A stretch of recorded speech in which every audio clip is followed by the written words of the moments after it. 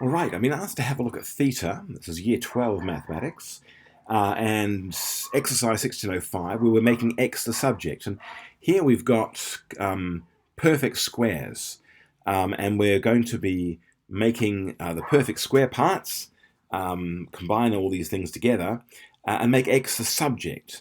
But interestingly, I actually want to start with question 1, because if you're having difficulty with this, really all you've got to do, let's have a look at question 1 and have a look and see how this plays out. So I've got y is equal to x squared. Now, we're asked to make x the subject, so I'm going to take question 1, I'm going to switch this around, so it's really x squared is equal to y. And what I'm going to do is I've got my subject here, and I've got my target here.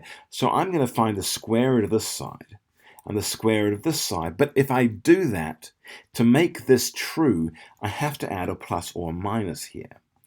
And I can just finish this off by saying, well, the square root of a square is x, which is plus or minus square root of y. Now, why is that the case? Why is that true? Well, let's have a look.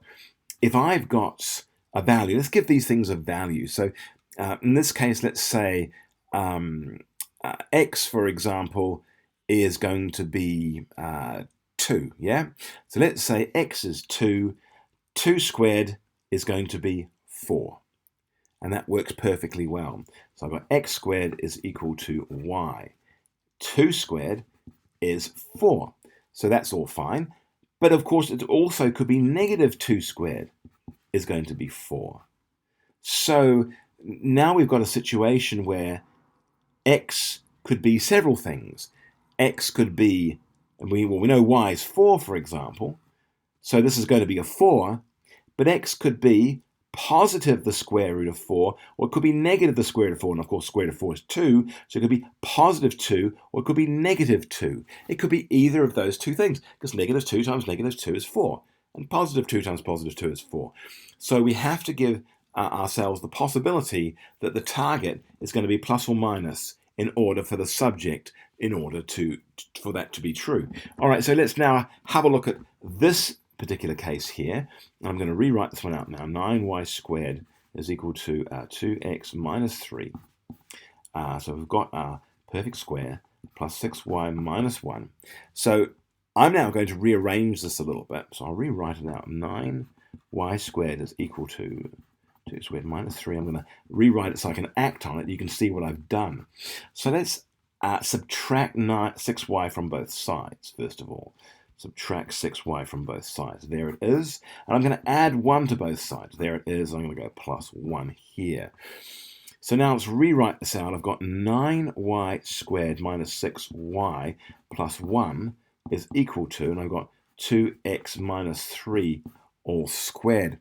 Now, this actually in itself is a perfect square. So let's have a look at that. I'm just going to tease that out just a little bit in this little insert over here.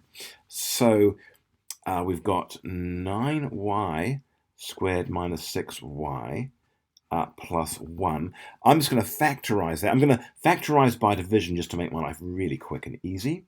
So 9 times 1 is 9. So I'm looking for factors of 9. So I'm going to put 9y here, 9y here. I know the signs in here are going to be the same. And I know they're both going to be negative. So I'll put negative and negative. Now I'm wanting factors of 9 that add or subtract together to give negative 6. Well, I know that 3 times 3 is 9. The other one, 1 times 9, does not make a 6, but a 3 and a 3 can make a 6. So it's going to be a 3 here and a 3 here. Now, at the moment, this is not true, because I would need to divide this by 3 and divide this by 3. Let's get rid of that. In order for that to be true. So 3 goes into 9y, 3y, 3 goes negative 3 and minus 1 times. And the same thing is true over here. We've got 3y minus 1. So what do we end up with? We could rewrite that as 3y minus 1 all squared. Now, I'm going to now replace all that up here. So now I've got 3y minus 1 all squared is equal to 2x minus 3 all squared. Now, of course, we could actually find the square root of both sides. We could make either one positive or minus, depending upon which one we wish to make the subject. Well, we want to make x the subject, so I'm going to put all that over here, which means that it's the other one that needs to be plus or minus. If we were making y the subject, we would make this plus or minus after we found the square root of it. But we're not doing that. So let's pop this over the other side. So we've now got 2x minus 3 all squared is equal to, and we've got a 3y minus 1 all squared. So I'm going to find the square root of this and the square root of this. This one now has to be plus or minus because this one is going to be the subject. So the square root of a square leaves me with a 2x minus 3 is equal to, and now I've got plus or minus the square root of the square. Well, of course, the square root of a square leaves me with plus or minus, still plus or minus, but I've now got a 3y minus 1. Now what we're going to do is we're going to add 3 to both sides. So I'll restate it. So I've got 2x minus 3 is equal to, and I've got my plus or minus, and I've got my 3y minus 1. There it is. I'm going to add 3 to both sides. There it is. Add 3 to that side, add 3 to that side. So now I've got 2x is equal to 3 plus or minus 3y minus 1. Now I'm going to divide both sides by 2. So I'm going to divide this by 2 and divide all this by 2. So now I've got x is equal to 3 plus or minus 3y minus 1 all over 2. Now the important thing, of course, you'll notice is it is only this bit here which is plus or minus. The 3 was never subject to the plus or minus because it was always from the other side. Same with the 2. So it's only because the t, we subtracted or we added 3 to both sides. We divided both sides by 2. So it's only this bit here which is plus or minus. So that is how we would write the answer.